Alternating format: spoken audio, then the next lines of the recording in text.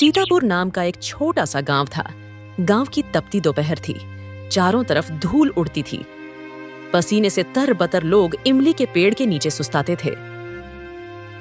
हरिया चाचा भी अपनी टूटी चारपाई पर लेटे थे, सिर पर गीला गमछा रखा हुआ। बगल में बैठी थी गुड्डी, चुलबुली सी, आंखों में सपनों की चमक। गुड्डी ने चाचा से पूछा, चाचा, आपके घर में भी कूलर क्यों नहीं है? चाचा मुस्कुराए। बिटिया, कूलर तो बड़े लोगों के लिए होते हैं। हमारे नसीब में तो पंखा भी फूंक फूंक कर चलता है। गुड्डी ने जिद की। लेकिन चाचा, सपना तो गरीब का भी होता है ना। चाचा चुप हो गए। उनकी आंखों में पहली बार एक नन्हा सा सपना जागा। क्या कभी मेरे आंगन में भी ठंडी हवा चलेगी? उस रात हरिया चाचा देर तक जागते रहे। चप्पल घिस चुकी थी, जेब खाली थी, पर दिल में आग लग चुकी थी।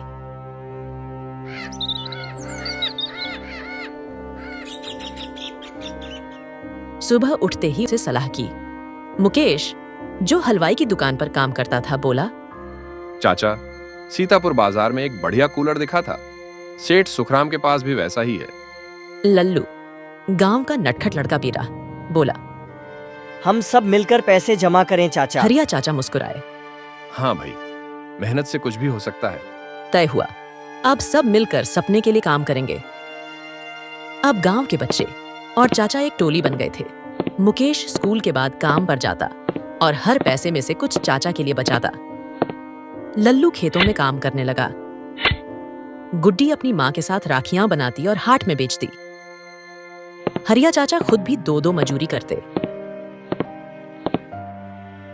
जैसे जैसे सिक्के गुल्लक में गिरते, वैसे वैसे सपने का आकार बड़ा होता गया।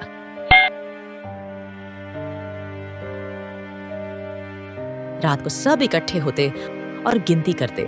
चमचमाते कूलर के सपने देख देख कर हंसते, मुस्कुराते। वो दिन आ गया। चाचा, गुड्डी, मुकेश और लल्लू सब अपने अपने पैसे लेकर सीतापुर बाजार पहुंचे। वहां कूलर की दुकानों में चमचमाते मॉडल सजे थे, पर सबसे सस्ता कूलर भी बहुत महंगा था। तभी आया सेठ सुखराम, गांव का सबसे बड़ा दुकानदार। उसने चिकोटी काटते हुए कहा, चाचा, नया कूलर महंगा पड़ेगा। एक सेकंड हैंड कूलर मेरे पास पड़ा है, सस्ता दूंगा। चाचा की आंखें चमक उठीं। सेठ ने टूटे फूटे कूलर पर चद्दर डालकर उसे नया बताकर बेच दिया। चाचा खुशी खुशी कूलर लेकर गांव लौटे। चाचा ने स्विच दबाया।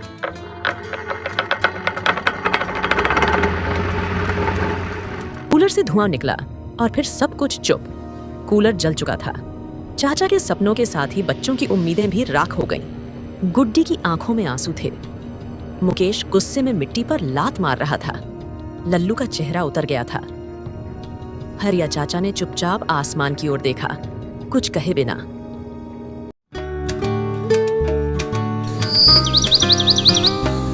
सुखराम सेठ के धोखे से हरिया चाचा का दिल टूटा जरूर था, लेकिन टूट कर बैठने वाले वो नहीं थे। उन्होंने खुद से वादा किया, अब कोई धोखा नहीं, अब अपना कूलर खुद ही बनाऊंगा। गुड्डी ने कहा, चाचा, हम भी मदद करेंगे। चलो कुछ नया बनाते हैं।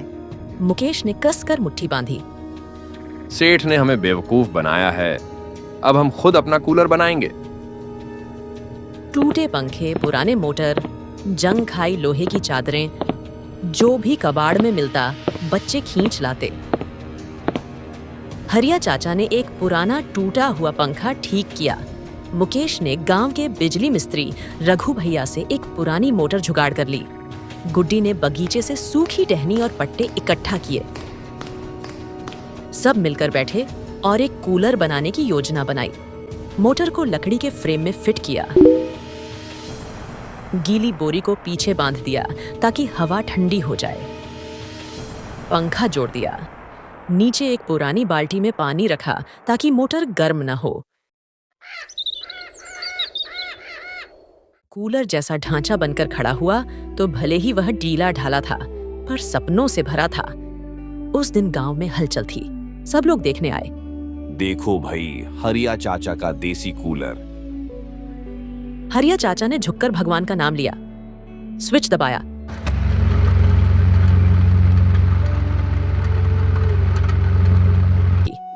ठंडी भले नहीं थी, लेकिन पसीना सुखाने लायक जरूर थी।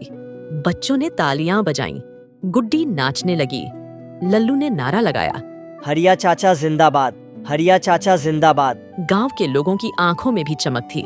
किसी ने नहीं सोचा था कि देसी जुगाड़ से भी सपना पूरा हो सकता है।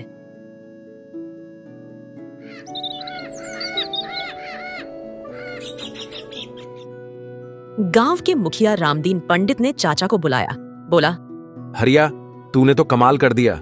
अपने दम पर बिना किसी की मदद से कूलर बना डाला। पंचायत ने फैसला किया, गांव के बाकी गरीब घरों में भी ऐसा देसी कूलर बनाया जाएगा।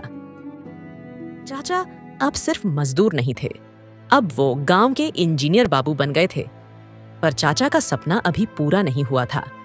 उनकी आंखों में अब भी असली कंपनी वाला कूलर घूमता था, जिसमें से बर्फ जैसी ठंडी हवा निकलती हो। गुड्डी ने सलाह दी, चाचा, इस बार मेला लगेगा ना, वहाँ अच्छे सस्ते कूलर मिलेंगे, हम सब मिलकर वहाँ चलेंगे। चाचा ने हामी भरी। अब सबने मिलकर फिर से पैसे जमा करने शुरू कर दिए। मुकेश ने दूध वाले की गायें चराईं, लल्लू ने खेतों में काम किया, गुड्डी ने हाथ से राखियां बनाई और हाट में बेचीं। हरिया चाचा भी दिन रात एक कर दिए। सीतापुर से 2 कोस दूर चांदनी हाट लगा। बच्चे और चाचा सुबह सुबह निकल पड़े, रास्ते भर गाते गए, सपने बुनते गए। हाट में चमचमाते कूलर देखकर चाचा की आंखों में पानी आ गया। सपना अब सिर्फ सोच नहीं था, सामने हकीकत बनकर खड़ा था। उन्होंने एक अच्छा सा नया कूलर पसंद किया, दमदार मोटर, मजबूत पंखा, बड़ी टंकी। 2200 रुपये। बच्चों ने हंसते हुए अपनी सारी गुल्लकें खोलीं। सिक्के, नोट, चवन्नी, अठन्नी, जोड़ा तो कुल हुए 2195 रुपये। दुकानदार भी मुस्कुरा उठा। 5 रुपए छोड़ो चाचा, सपनों की कोई कीमत नहीं होती। जब चाचा अपना नया कूलर सिर पर लादकर गांव लौटे तो जैसे पूरा गांव उनके स्वागत में उमड़ पड़ा। रात को चाचा ने पहली बार अपने घर के बाहर नया कूलर रखा, पानी भरा, प्लग लगाया और स्विच ऑन किया। धीरे धीरे एक मीठी सी ठंडी हवा छूने लगी।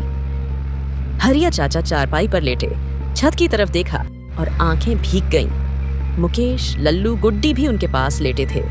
सब चुप थे, बस ठंडी हवा बोल रही थी। हरिया चाचा ने फुसफुसाते हुए कहा, मेहनत कभी हारती नहीं बच्चों, कभी नहीं।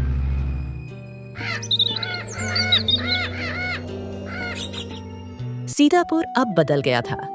हर गरीब घर में छोटा सा जुगाड़ू कूलर था। गांव में ठंडी हवाओं की मिसाल दी जाती थी। हरिया चाचा गांव के हीरो बन गए थे। गुड्डी, मुकेश, लल्लू भी स्कूल में मिसाल बन गए थे।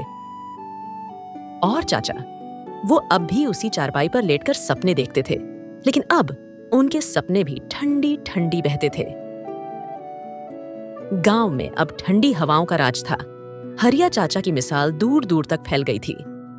सीतापुर के स्कूल में छोटे बच्चे निबंध लिखते थे, मेरे गांव का हीरो हरिया चाचा।